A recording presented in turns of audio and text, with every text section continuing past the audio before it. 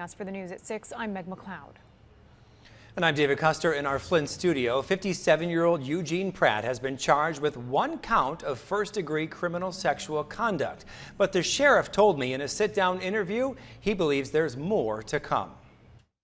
If you're asking any questions, sir.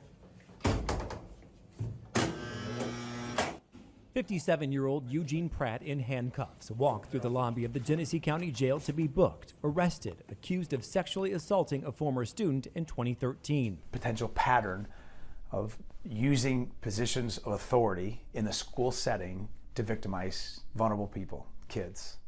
Genesee County Sheriff Chris Swanson says his ghost unit began investigating Pratt from a tip received back in February. I want to tell you how we got to where we are over all these years. They arrested him last week, but couldn't produce enough evidence to charge him within 72 hours and had to let him go. We found that there was more victims. We found victims' names, and we went on an active search to find them. Now, many times these victims, they're scared to come forward. Pratt was arrested again Tuesday, and Swanson says they found 15 victims, all young males ranging from their teens to their early 20s, over the course of Pratt's entire career in education that started in 1986 as a student teacher at Beecher Middle School. From there, he worked in Kearsley, Grand Blanc, and Hamady as a student teacher.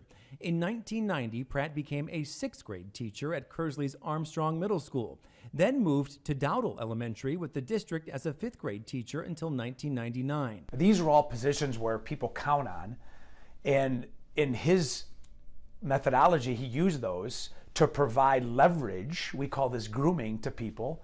Swanson says Pratt also held jobs in Davison and Hamady, but it was from his stint in Beecher as the principal of alternative education from 2006 to 2013 that raised red flags, as 3 civil cases were brought forward against him.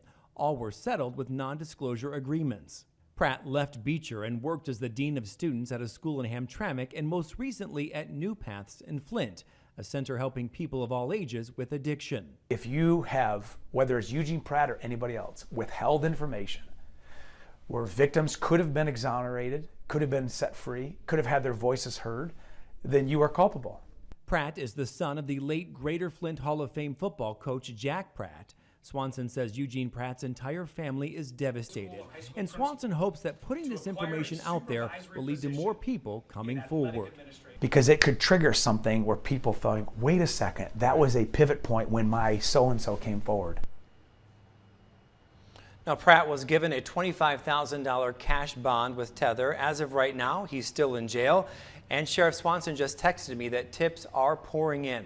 Also, News Paths released a statement saying Pratt is no longer employed with them.